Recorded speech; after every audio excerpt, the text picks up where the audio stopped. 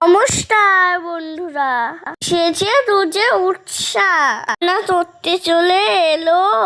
সবার প্রথমে রসুন আর লঙ্কা এতো করে নেই চলো। এরপরে একটুখানি বিট লবণ দেব, ভালো করে আবারও মশলা পিষে নিব।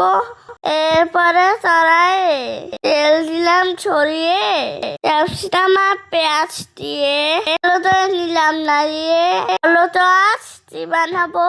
সবার জানা একটি খাওয়া পুরোনো রেসিপিতে পাবে আর নতুনের স্বাদ। এরপরে পিষে রাখা মশলা দিয়ে দেব ভালো করে সবকিছু। এবারে ভেজে নেব সেদ্ধ করা চাউমিন দিয়ে দেবো। এবারে গোলমরিচ সয়া সস দিয়ে নেড়ে চেড়ে এরপরে একটুখানি ভিনিগার দিয়ে দেব।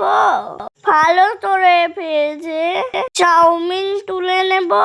এবার বলি এই চাউমিনকে কাঁচা চাউমিন বলে। রেস্টুরেন্টে এই রেসিপি বেশি করেই চলে। তাই তোরসা বাড়িতে বানিয়ে নিল, রান্না হয়ে গেছে। এবার বাড়ি যাই।